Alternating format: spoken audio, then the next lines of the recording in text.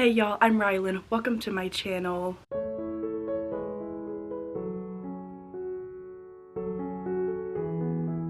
We are officially in a brand new year, and to kick off my 2026 reading, I will be reading an advanced copy of The Odds of You.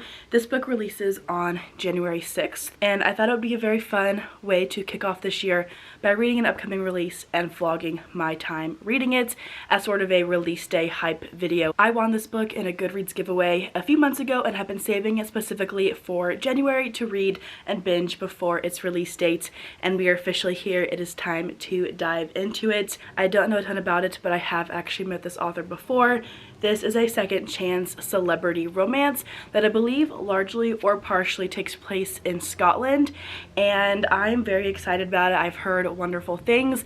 I think it's going to be an emotional read, and I'm excited to get into it. I thought it would be fun to vlog and update y'all as I make my way through this one. I have my tabs all ready to go. I think I might also annotate it as well, depending on how I'm feeling about it in the first few pages and chapters of the book. But I'll keep y'all posted as per usual with my vlogs. I'll probably update y'all every third of the way through since I'm just reading one book for it. But hopefully this video comes out on release day, so I'm gonna go ahead and say it now. But happy release day to Kate Dramis and her newest book, The Odds of You.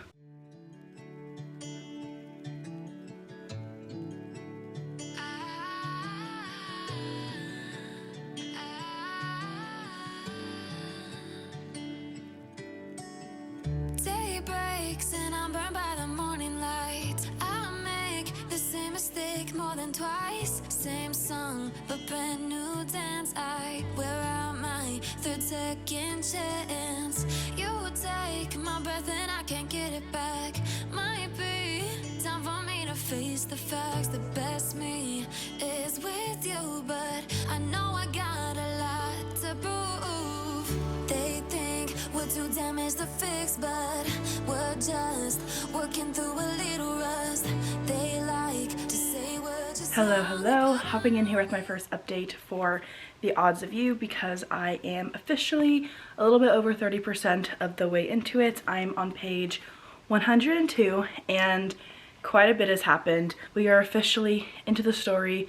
We have met both of our main characters. The conflict between them has already grown and they are now no longer in contact. So there's been a lot that has happened in the first third of the book, but it is now time, I guess, for their second chance to be able to start developing in this next section of the book. But to give y'all a synopsis, because I could not do that in the intro to this video, this is a romance about our main character, Sage. She became an instant New York Times best-selling author, and since then has been trying to write her second book and is very much in a writer's block. And she ends up going to New York for Comic-Con, which is happening there. And on the flight over there, she ends up meeting a man in the aisle next to her whose name is Theo.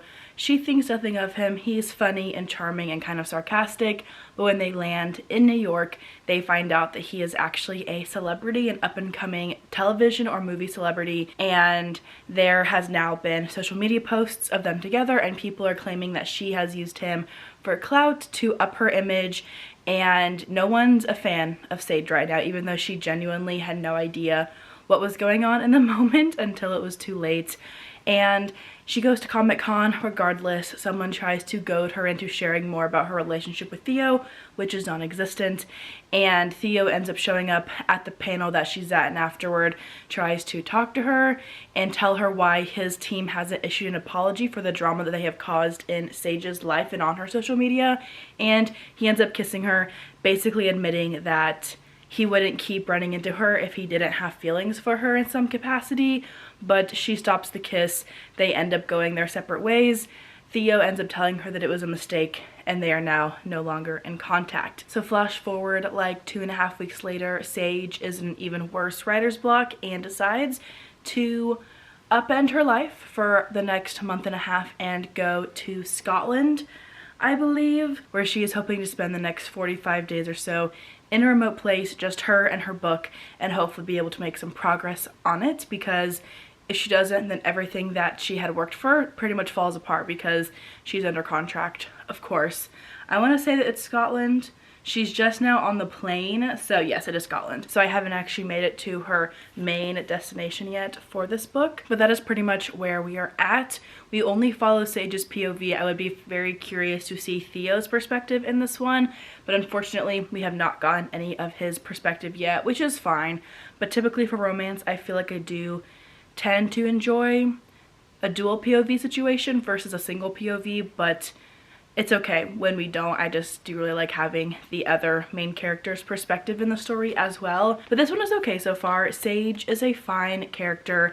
I do like the fact that this book is focused on our female main character who is an author.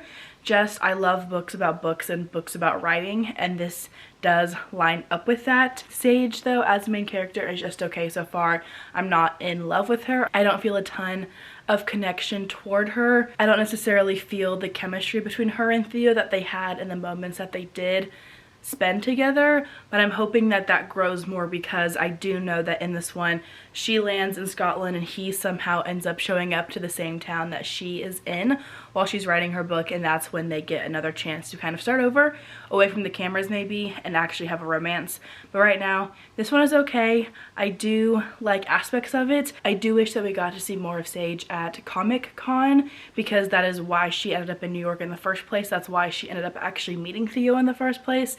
And there's only one little scene where she's actually at the convention, and I think that would have just been such a fun element to include in the first part of this book, especially as she is meeting other readers of hers and other authors and things like that. But alas, it did not happen, and that's okay. But I do think that could have been a very bold and fun setting to dive further into, versus just mentioning that she was at the convention and then she left the convention and went and took a nap in her hotel. So I do wish there was some more of that, but otherwise it is cute. I do have some tabs in it. I've got some very small little notes as I've just been like reading and annotating it. It's fun. Not my favorite romance by any means so far, but I do see the potential for more in the next chunk of the book.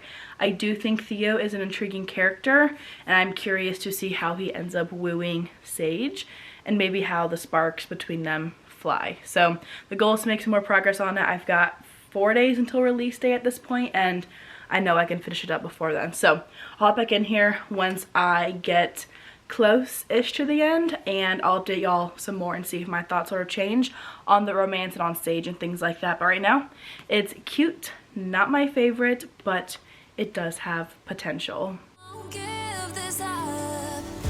Sometimes I lose my mind, and some days it's hard to find the reason why you stay by my side. You and I break. All right, y'all, you're very far away from me right now because I'm sitting at my dining room table, but I'm hopping in here with another update for the odds of you, because last night I officially reached the 60-ish% mark, and I am now officially having such a fun time with it. Theo has really blossomed into a character that I enjoy seeing, and I'm very much liking his interactions with Sage and how they are admitting finally that they can be friends, and they are friends, and they are maybe turning into something more at this point. And Sage is still okay for me, but there was a moment when I was reading last night where I really felt like I understood her more officially, and I wanted to read the section where I really felt like I resonated with her and understood her as a character, because it was very well written and it was very beautiful. She deserves this. Tears in her eyes, heart climbing its way from her chest to her throat, insides rubbed raw.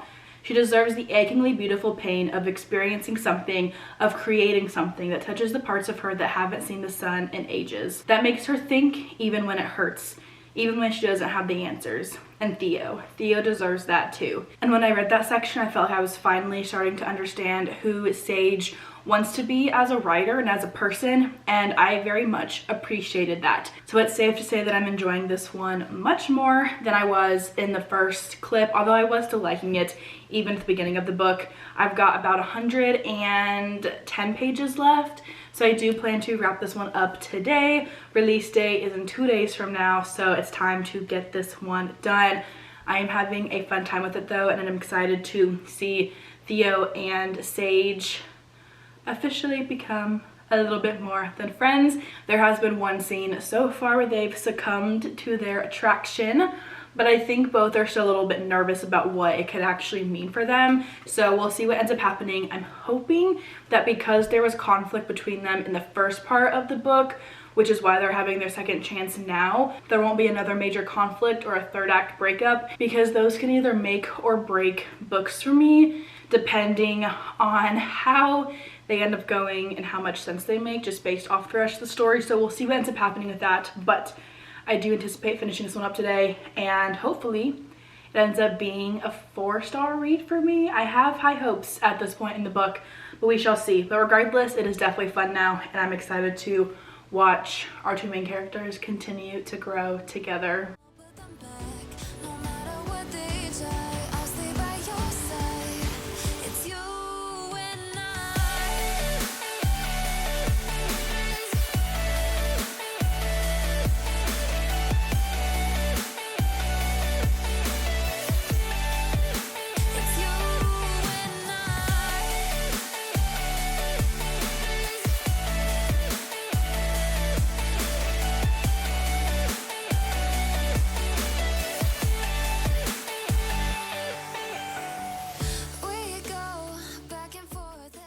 I have officially finished The Odds of You by Kate Dramis, and I'm giving this one 3.5 stars. I did end up liking it a lot, but there were some things that were a little bit for me, especially regarding Sage and her stubbornness. It was very hard to connect with her and understand her at times. Yes, there was a moment when my perception of her changed, but it was just a hard-fought battle the entire way through. I do think that her ending with Theo was so sweet, but she just was not my favorite female main character. I also did not expect so much of this book to take place during Christmas. It's not a problem by any means, but it doesn't say it anywhere that it does give like those holiday vibes, because that is when most of this book does happen, is around the holidays. And I kind of wish I knew that going in for some reason. I just like to know seasonally, I guess, kind of what's going on, and that's not what happened in this one at all, which is fine. But a very large chunk of this book takes place around Thanksgiving and Christmas, and there's so much tension regarding that with Sage and her family and all the things that they're going through, as well as Theo and his dad and the tension between them as well. And that's not mentioned at all, at least from what I have seen, and I do kind of wish I knew that going in. That is just something that I would have liked to know, I guess, ahead of time, and the cover does not give that vibe at all. There's a lot of snow and rain in this book, and this gives summer vibes, so that also threw me off a little bit. I do like it when the cover of the book matches what actually goes on inside, and I wish that that was sort of the case a little bit more with this one. That's such a picky thing to not love. Most of the reason of my 3.5-star rating is because of Sage and just the conflict that was there because of her, and I feel like a lot of that could have been resolved differently. I also wish we could have gotten to see her more at Comic-Con, and honestly, I wish that she treated Theo a little bit better at times. Theo is such a golden retriever hero. He is so sweet. He wants what is best for her. He wants her to be able to make the choices that she feels like she needs to, but he's also very protective of himself and what he believes is right. And there was a lot of conflict at the end in the third act breakup because of that. I can see how it was justified on both of their ends. I do think that Sage can be very harsh with her words at times, but she does own up to all that she went through. Her and her family are able to start making things right again after some hard conversations, and things end all nice and neat. It's very beautiful at the end. I did enjoy seeing her and Theo get yet another chance and finally reconciling after the drama that they went through. And I would still recommend this one despite all of my personal ehs about it. It is a very messy book at times, but I do think that it's beautiful as well. The setting is fun. The aspect of Sage being an author was fun. Theo was super sweet. I enjoyed him and his banter with her, and just his little glimpses of sarcasm that we see throughout the book. I thought he was very well written. I would have also loved to see his perspective, but alas, that is not the case in this one. It is just a single POV. Regardless, I did really like this one. 3.5 stars. authors. I do love a good second chance romance. I can see them getting their second chance in this one. I thought that the author versus celebrity slash actor trope was very fun. Again, Scotland was beautifully written. I would have loved to see them go out more and do things, but the glimpses that we do get of the country was stunning. And overall, I did have a fun time reading it. Yes, I had those little frustrations, but overall, when I finished this one, I couldn't help but smile and be excited for Sage and Theo to get their happy ending, and I would still very much recommend this one. This is the author's debut romance, and I cannot wait to see what she ends up writing next. Personally, thank you so much to the publisher and Goodreads for sending me a copy of this one. I did like it a lot. I've got a lot of very good tabs in it, and I cannot wait to add this back up onto my shelves for it to sit and hang out for a while as I continue to think about this book. Once again, happy release day to Kate Dramis's book, The Odds of You. I would recommend this one. I will have content warnings for it in the description down below if you're interested in checking it out. But that's all that I have for today's video. Thank you all so much for watching, and I will see you all in the next one.